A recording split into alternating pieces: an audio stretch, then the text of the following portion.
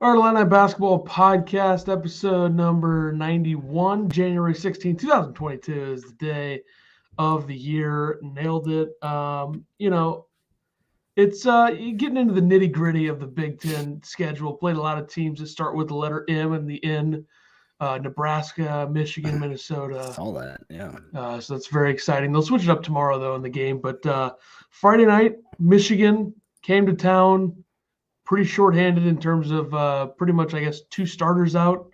Yeah. Brandon John's a starter, I guess. According to Michigan, we played their practice squad, if you ask any other fans. So, Well, I mean, let's be honest. Dickinson is good and Johns is solid, but yeah, they still have some guys there. Devontae Jones he played pretty well. He did. Their freshmen are just freshmen that are supposed to be good right now are not good, and the ones that aren't supposed to be as good look pretty good. Like they're a bit of a disaster, but Illinois got the job done. For him. Yeah. He's bad. Yeah, he's been horrendous. But Illinois did what they do, which is beat them. Juwan Howard continues to be owned by Brad Underwood. This obviously wasn't a full strength matchup, but I believe they play in Ann Arbor in like late February or something. Yeah, so I believe so. Yeah. Hopefully, it's full strength on full strength. Yeah, 15-point win, just like somebody predicted. Wasn't quite as high scoring, but you take the wins when you get them. So, player of the game, I'm gonna go with Trent Frazier. You didn't write anybody down, so I just assume that you're going with Trent Frazier. Yeah, also. I did go with the last game, so he gets it here. Obviously, he gets it today. Nailed it. Yeah, 18 points, 3 rebounds, 7 assists, a steal. Once again, he was the closer for Illinois. Michigan got it within one, 44-43 after a horrendous flop call against RJ Melendez.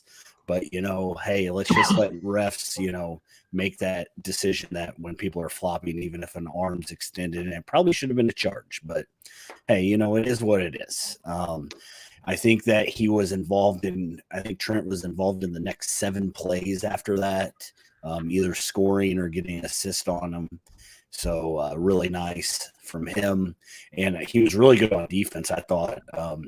Eli Brooks was held to 7 points on 3 of 11 shooting. So Trent continues to be a force on defense, which is, kind of where he's always been really good at. So him scoring on top of that is also just huge.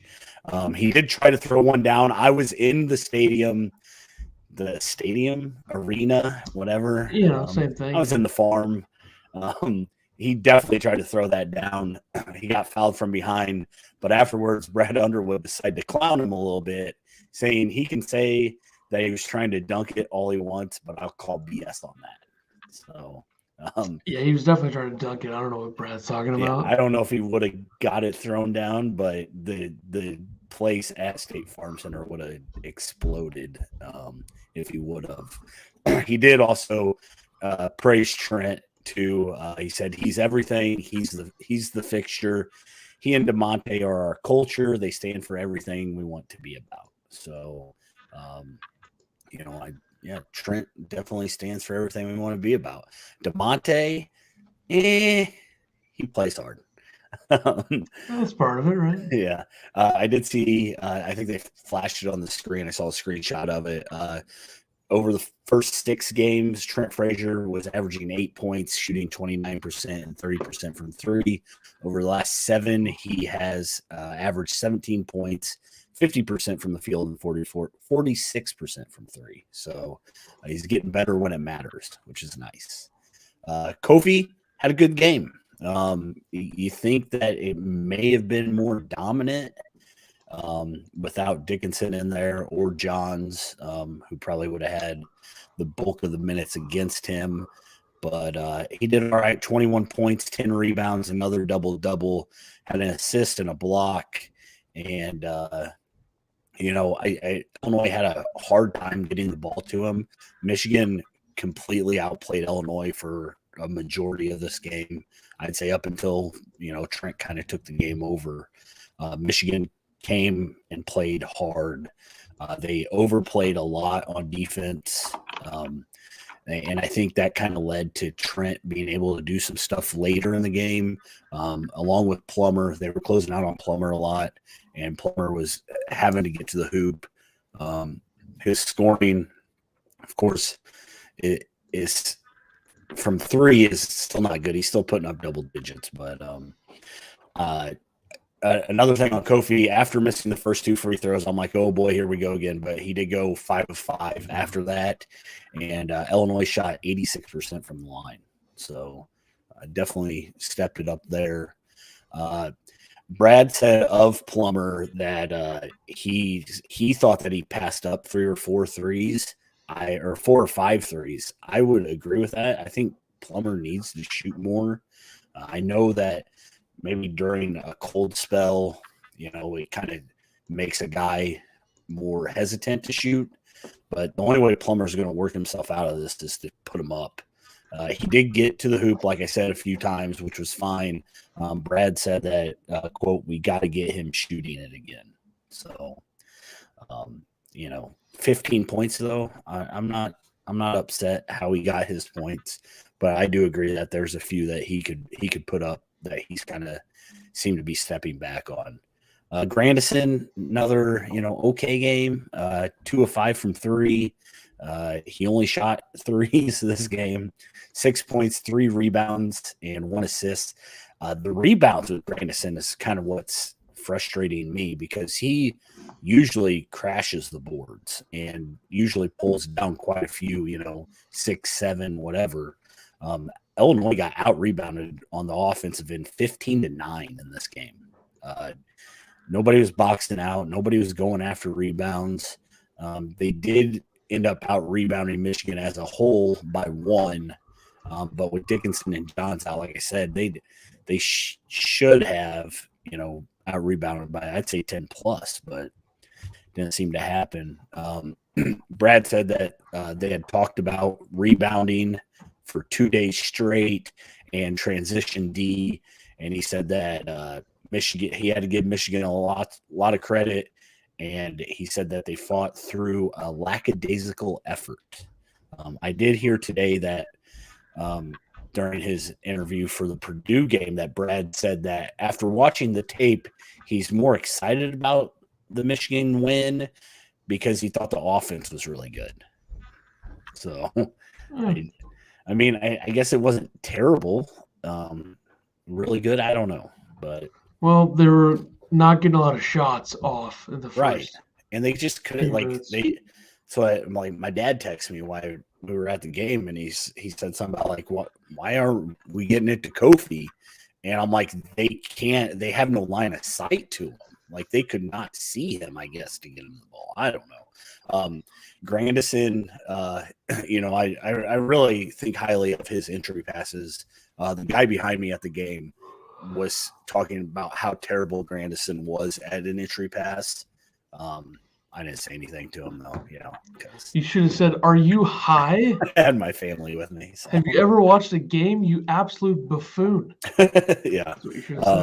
Yeah. I think Grandison is the best because he can actually see over the defense and, get it up into Kofi up top instead of, side rolling some bounce pass. Or I think DeMonte tried to throw like a 10-foot bounce pass to him that got picked off too. DeMonte is the worst point guard of all time. Yeah, DeMonte really struggled in the point position. He hadn't been this bad, but Michigan, played up on them so much and played, hard on him. And at one time, he went through his legs like 4 times and then just turned the ball over. I don't know. He only had 3 turnovers, which was surprising to me because it seemed like he had a lot more. As a team, they had 13 total turnovers. So hovering around that 10 mark, I mean, I think 10 is going to be what Illinois fans should be excited about. If they get 10 or less, it's a good game. But it is what it is. Once again, he made another huge 3 down the stretch. So, he hits them when he has to. I just wish he'd stop going to the lane and trying to shoot that little baby hook or whatever that is. That is not efficient offense at all. Yeah, the pass from DeMonte was really bad, Evan. Yeah. Well, there's the thing. Anybody who says they don't need Curbelo should watch DeMonte at point guard because anything is better. 100%. Yeah. That's the problem, right? When Frazier is out or Frazier ever gets in foul trouble, Illinois, I don't know what Illinois is going to do at the point. Because DeMonte is not the answer. I don't see why Plummer can't do it. Yeah, I don't know. I feel like he probably can. Ever since the 5-second call, I feel like Brad hasn't even given him the opportunity to run the point. 5-second call was Underwood's fault. So yeah, it's not like they're run, Plummer off a bunch of screens to get him open for threes. So, but the bench was okay.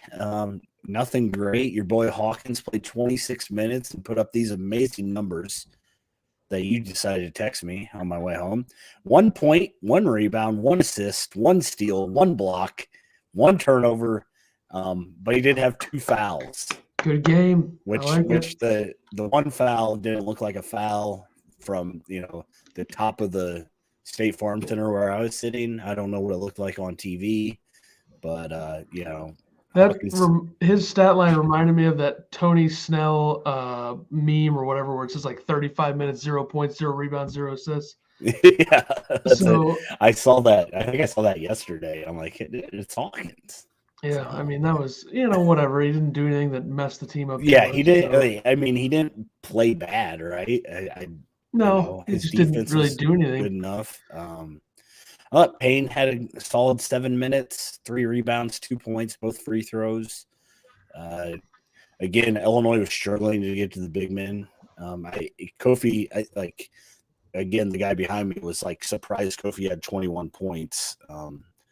But Kofi's going to get 20 every game usually, so I don't know why it would surprise anybody. Goody was the only freshman that really got any time. He had 2 rebounds.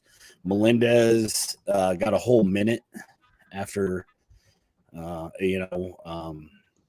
don't know. So, and BBV had 2 minutes, and Pods played the last minute, I think. So, not a lot of action from the freshmen, but it is what it is. The freshman minutes, they don't make any sense, right? So kind of come to expect it, and I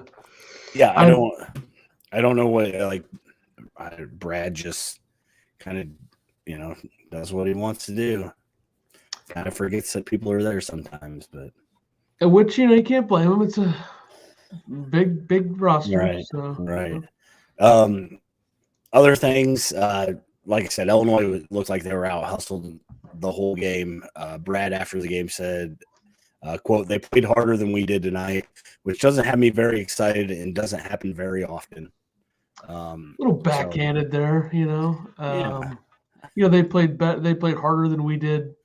We won by 15, but whatever. It's still 15-point win, right? They did play harder. I mean, props to Jawan getting that team to play for him. I mean, which they did. I think some coaches would not get his players to play for him, but they did.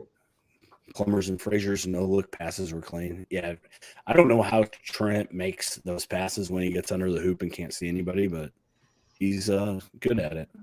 So I got a comment here, not on our Facebook thing, but just an Illini Facebook group, and it kind of illustrates the problem with this stuff. I'm not going to name names because this person fans or. Well, this person is so stupid that I attack Illini Twitter. Now you're attacking Illini Facebook. So I would attack Illini Facebook all the time. Plus they stink, and I think they know it. So yeah, this was absurd. Yeah, this game shows exactly why this Illinois team won't make a run in the bracket. 3 main reasons: turnovers. Okay, they only had 13, which really isn't that bad considering everything. Field goal percentage. Okay, 3-point percentage. I just don't think this guy watched it. Look, I love Illinois as much as the next person, said someone who's a complete idiot. But being realistic, you can't turn the ball over as much as they do and shoot as low of a percent from the field as they do. It's proven facts. That is unreal. So I did some digging yesterday after you sent me this, just kind of see how Illinois sits, nationally, whatever. So with the turnovers, yes, turnovers are a problem. I think that, like I said, we need to hope that this team only turns it over 10 times, which in the college game really isn't that bad. I think the team leading the nation has 8.5 or something. I think that's Iowa, has 8.5. So if Illinois can get down to 10, I think that's okay. Over the last 3 games, they're only averaging 9.7, which is the top 30. And yeah, they were 250. They're 258th in the nation right now, averaging like 14.1. Last year they averaged 13. So I mean, I guess you can say, yeah, they didn't go very far in the tournament, but they also got matched up against Loyola, who should have been a 3 seed. So field goal percentage, Illinois is averaging 47% from the field. 47%, while they're only forcing at 39% for the other team. At 47%, they're currently 38th in the nation in field goal percentage. So that argument's dumb. Okay, see you, buddy. And then 3-point percentage, yeah, they were 30% this game, but for the season, they're averaging 38%, which is currently 17th in the nation. So, I don't like. You could argue turnovers all you want. That's fine. But the other 2 things are just asinine. I mean, they're literally top 40 in field goal and top 20 in 3-point. Ninth most efficient offense on KenPom, by the way. Yeah. It's one of the most outrageous comments I've ever seen. And it's like this person is either trolling or just never watches the games. I mean, just ridiculous. Yeah. I'm surprised that somebody's that dumb, to be honest. Yeah. And you know what? And, you can shoot bad. If you hold a team to 53 points, you're going to win a lot of games. I don't care. You're going to win a lot of games if you hold the other team to 53 points. And also held a team to 36% shooting, 1 of 10 from 3. And I know you don't hold them, but the guys went 8 of 14 from the free throw line. So I thought the best thing Brad said in his post game was, as long as the slash goes in the left-hand column, I'm okay. That's right. A win's a win, a win's a win. But that being said, they're going to have to bring it tomorrow. They can't show up like they did against Michigan, or they're going to get pummeled. Yeah, I feel like that's fair. The top comment to the comment that we just talked about, this continues to support my theory that Illini fans will find any reason to complain about our program no matter how good we are. 100%. 100%. I will say that I think it's crazy that the Orange Crush didn't have tickets to the Michigan. From what I hear, I don't know if this is true. I could just be making up. To the Michigan game or the Purdue game. I think they go back to class Tuesday. The fact that tomorrow's game wasn't included in their ticket package is unreal. Yeah. Because Illinois fans are not the greatest in person. The 200 section, they'll stand up and cheer a little bit, but all those people in the circle close to the court, they don't ever move, unless Trent gets them riled up and they get going. But they're not like State Farm Center is not loud unless something amazing happens or something good happens. I feel like Illinois fans get louder as the game gets close to the end, but against Purdue, they need to be loud the whole time. I think maybe a fourth of the Orange Crush were there for the Michigan game, so I'll be interested to see how it goes. So I feel like so many people got poked in the eye in the Michigan game. You're not wrong. 3 or 4 eye pokes. So this guy that made that post also said they're 54th in field goal percentage and 17th in 3-point, which isn't bad. Then why are you saying that that's 1 of or 2 of 3 reasons why they're not going to make a run? It's so stupid. When I checked yesterday, they're 38th in field goal percentage. Yeah, this guy's high. I mean, he's just so stupid. I don't understand it. I mean, if you're going to highlight some issues with this team, the issues that I would highlight would be what are they going to do when Trent's not in the game with the point guard position if Curbelo's not there? And how do you get the ball to Kofi more? And how do you tell Kofi to stop taking mid-range jumpers? Because atrocious. I know he only does it once every few games. One every 3 games. I'm okay with it. Really bad, though. He's got to show the scouts his range. Yeah, I feel like he made like the first one that he tried, and then ever since then they've not even been close. Yeah, I mean, yeah, that's the biggest question mark is who's going to play point when Trent's ever in foul trouble or he just needs a break. And also, because if you pressure DeMonte a little bit, he can't handle it. What about like consistency at the 4 and the 5 when Kofi's not there? Like Hawkins doesn't seem like the guy. I mean, he can't shoot. He can defend, but he also gets.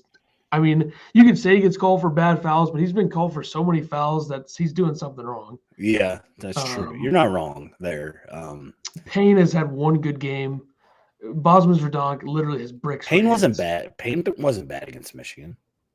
Yeah, he was all right. I mean, I'm just saying, like, I don't know what you expect from the man. Like, I don't expect much more than what he's 7 to 10 minutes. If he gets a few buckets and some defensive stops, I'm happy. Well, the thing is, recently Kofi's looked overly gassed in multiple games now, so that could be an issue. Really hope Curbelo plays, even if it's a few minutes to give Frazier a break. Apparently, Brad said today he's progressing, so whatever that means. He better be back by the end of this month. They're going to need him. This stretch in the Big Ten they got coming up, they only have one away game, and that's against Maryland. But other than that, they got Michigan State, Purdue, Michigan State, and Wisconsin. And Wisconsin's legit. Don't let anybody tell you different. Yeah, I know somebody who says a lot of things about Johnny Davis and stuff. So, all right. I didn't say Johnny Davis was legit. I said Wisconsin's legit. You like to complain about how good people think he is. I did. Yeah. I feel like Keegan. I went 3 for 18. I'm sure that he's still leading the National Player of the Year race.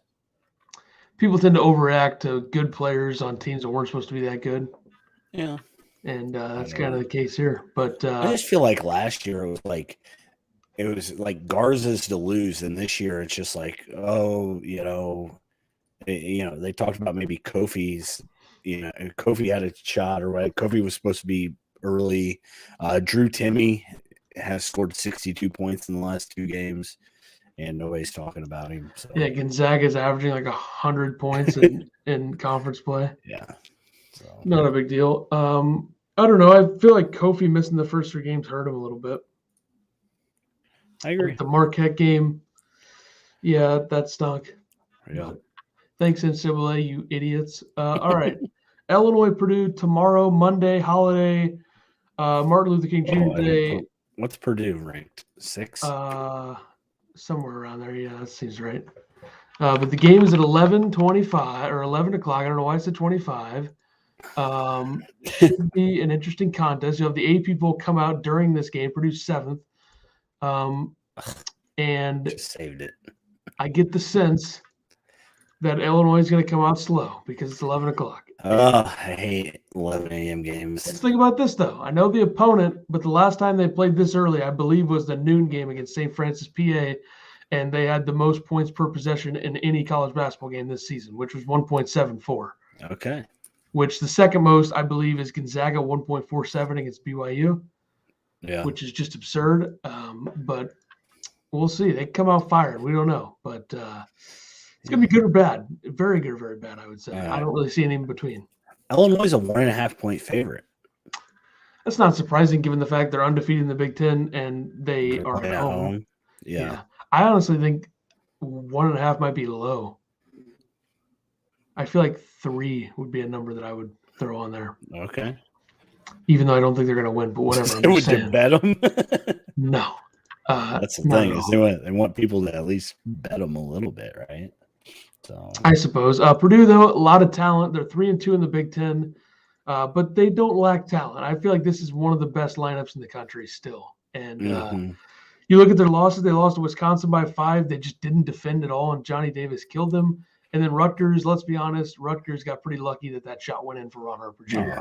1,000,000%. Yeah, and we'll see. I mean, they may have the most formidable front court to play against Kofi this season, probably the most. I mean, Arizona's the only team close, I think. Mm-hmm. But, Zach Edey and Trevion Williams are going to present a lot of issues. The good thing, I think, is Kofi's seen both of them before multiple times, and it hasn't been that big of an issue. And I think Illinois has things that other teams in the Big Ten don't have, which is multiple defending guards that can take away a team's best scorer. So it's going to be big to whoever guards Ivy, whoever guards Stefanovic. I mean, yeah. And I think that people were talking about it on Twitter. I think that Trent has to guard Stefanovic.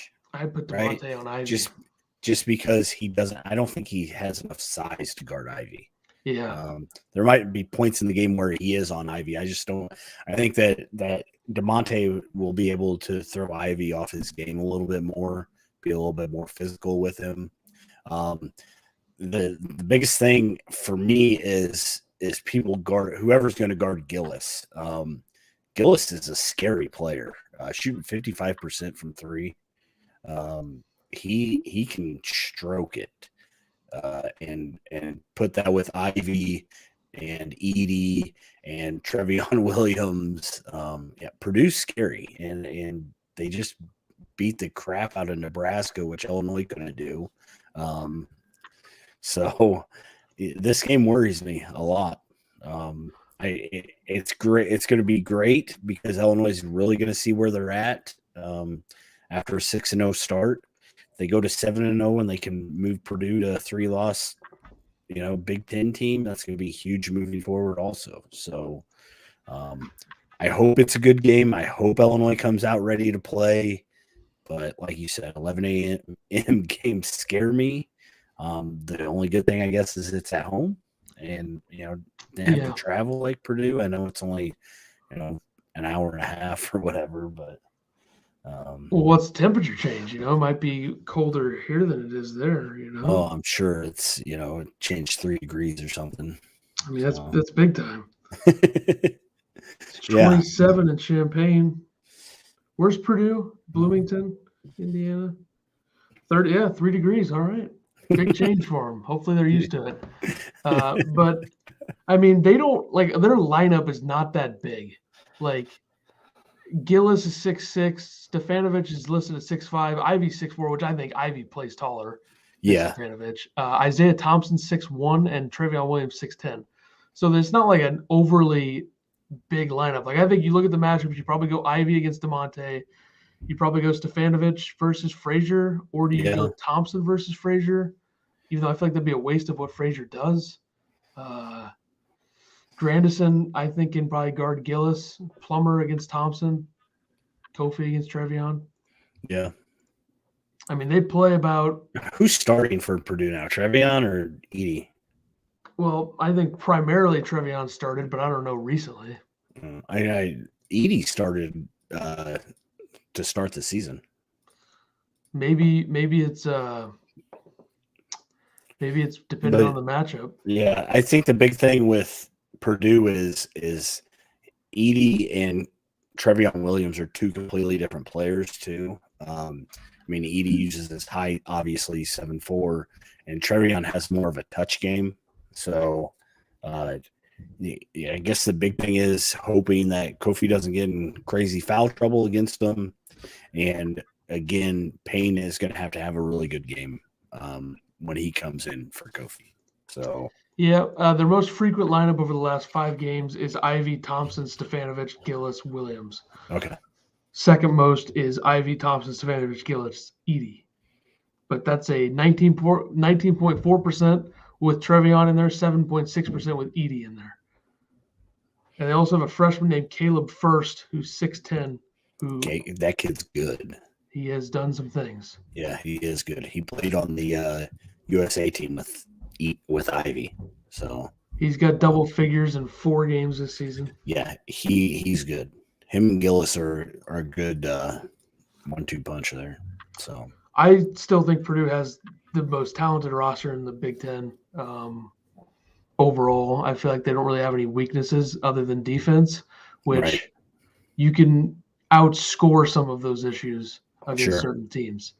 And they've done that. So you look at Ken Palm right now, the top 12, the biggest difference in ranking between their offense and defense, and Purdue by far the biggest, except for one team, which, I only went to 12 just to include Illinois in there. So, Gonzaga has a 15-spot difference. They're first in offense, 16th in defense. Baylor has a 6-spot difference, 6 in offense, 12 in defense. Kentucky has a 22-spot difference, 4th in offense, 26th defensively. Houston has a 9-spot difference, 7th on offense, 16th defensively. Purdue, 2nd overall offense and 69th, very nice defense.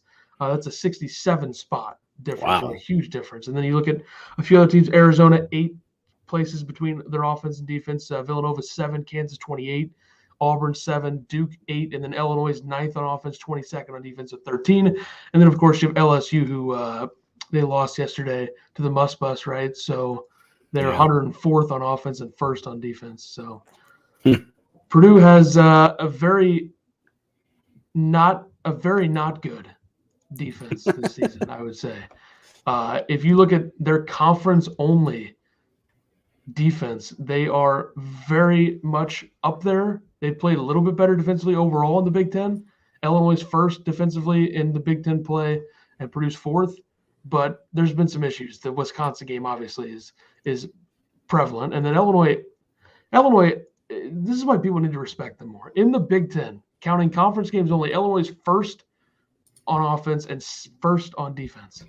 Wow. So I feel like people need to maybe shut up and be like, okay, this team is good. What do you think they're ranked tomorrow?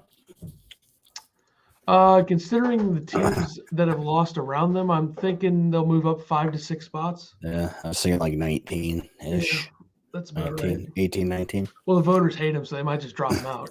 Yeah, that's true. That's true. Alabama might be in front of them. It could be. But, I mean, Illinois, number 1 offensive rating in the Big Ten. Offensive rebounding percentage. Sorry, nailed it once again. Tempo. Nebraska's number 1, shockingly. Purdue is number 4. This is just counting conference games only. Illinois number 7. And then one more other key stat to look at here is defensive 3-point percentage. How good are you at defending the 3? Purdue is 9th in the conference in that stat. Illinois is 8th. So perimeter defense is an issue. Perimeter defense is absolutely an issue for Purdue. Yeah. Where Illinois can kill them. So that's why Illinois needs to shoot 50% tomorrow and they'll win. That seems fair. But with the adjusted efficiency margin on KenPom, which is like, I think, combining the two adjusted offensive and defensive efficiencies, Purdue's plus 26.41, which is tops in the country, near the top, and Illinois is plus 24.4. So, which is pretty much in order. So Illinois is 11th in the country in that, and Purdue is 6th overall. So Purdue's a good team. This is a team that I thought Illinois would lose to preseason, and I think they're going to lose to them now. So, 81-78, Purdue wins. Yeah, you got a closer game than I do. I think Illinois is going to get beat by 10. That's probably going to be about right. I got Purdue 85, Illinois 75. The way that Illinois has played the last 2 games really scares me, and the way Purdue has played the last few games really scares me. So I think even though Illinois is winning, I think that they're both trending different ways with efficiency of how they are playing. So sadly, I think Illinois is going to lose. If they win, I might run around the house with my shirt off. Who knows? Yeah, that'd be exciting for everybody. I mean, this is one of those games where you're like okay with the result either way because you're playing a very good team. I think that you just want Illinois to look like they can compete, right? Like with Arizona. Yeah, exactly. I think that's what you want. You don't problem want with the Illinois Arizona to game is it was so winnable. Yeah, I mean the Arizona game was so winnable though. You're right. That's what bothers me a little bit about that. But around the Big Ten, I mean, Michigan State losing to Northwestern yesterday, despite the fact that the Shocking. refs made their best effort to give Michigan State a chance there, and they had the chance, and then they missed the free Northwestern without their best player, right? Yeah, Pete Nance was out. Yeah. I still think Northwestern's not that good. I mean, let's be honest about it. I'm pretty sure. I honestly don't think Michigan State's that good. I don't think they're as good as their ranking, but I also think that they're going to get better. Like, there's a lot of new pieces there. I agree. Christie and Tyson Walker. But I mean, who have they played in the Big Ten? They've beaten, let's see, Minnesota, Penn State, Nebraska, Michigan, Minnesota again, and they beat Northwestern. They beat Northwestern. They beat Northwestern by 6, and then they lost to them. So yeah, they only beat Minnesota by 2, which Iowa was spanking them. I don't know what that game ended up being. Iowa, Minnesota today. 81-71. Okay, Iowa. So Minnesota made a little comeback, but we're going to find out a lot about Michigan State next 6 games. They got Wisconsin on the road. They got Illinois on the road. They have Michigan at home, Maryland and Rutgers on the road. Rutgers is starting to play better, and they have Wisconsin at home. Yeah. So we're going to find out a little bit of what they are. In terms of Northwestern, this absolutely 100% guaranteed for any reason at all that Northwestern is going to go on some sort of losing streak now. So Wisconsin, Purdue, Michigan, Illinois, Rutgers, next 5 games, probably 4 or 5 losses. Yeah. So not ideal for them, but that's Chris Collins for you. They lost 4 in a row before they beat Michigan State, including the fact that they'd given up 95 points to Ohio State and 94 to Maryland, which Maryland was a double overtime. Any team that gives up 94 points in regulation to Maryland, come on. Which they didn't, but if they did, it would be even worse because Maryland's a very inefficient squad. But, this is the thing about this. This is a Northwestern team that only beat UIS by 40. Like, that's questionable. That's got to be a 60-point win or more, I would think. That's true. But what can you do? So right now, how many bids do you think the Big Ten's going to get? 3, 4, 5, 6, 7 or 8. So I think I look at the guaranteed teams, and I would say Illinois is there, Michigan State's there, Wisconsin's there, Ohio State's there, Purdue's there. So that's what, 5? Yep. I think maybe 6. Maybe whoever out of Rutgers, Iowa, and Indiana is left standing. I still think Michigan's going to make a run. I know they're 7-7 overall. Their season kind of seems like it's derailed a little bit. I mean, Michigan is going to have to make a huge run. Yeah, like win 10 of their next 12 or something. Yeah. Which is not impossible. Sure. I mean, they have Maryland. That's if they play like they did against Illinois with all their guys, I think that Michigan is turning the table. Again, they only scored 53 points. So Indiana's schedule is pretty easy. Yeah. I think they have a chance. I think Rutgers is getting better. I think they have a chance.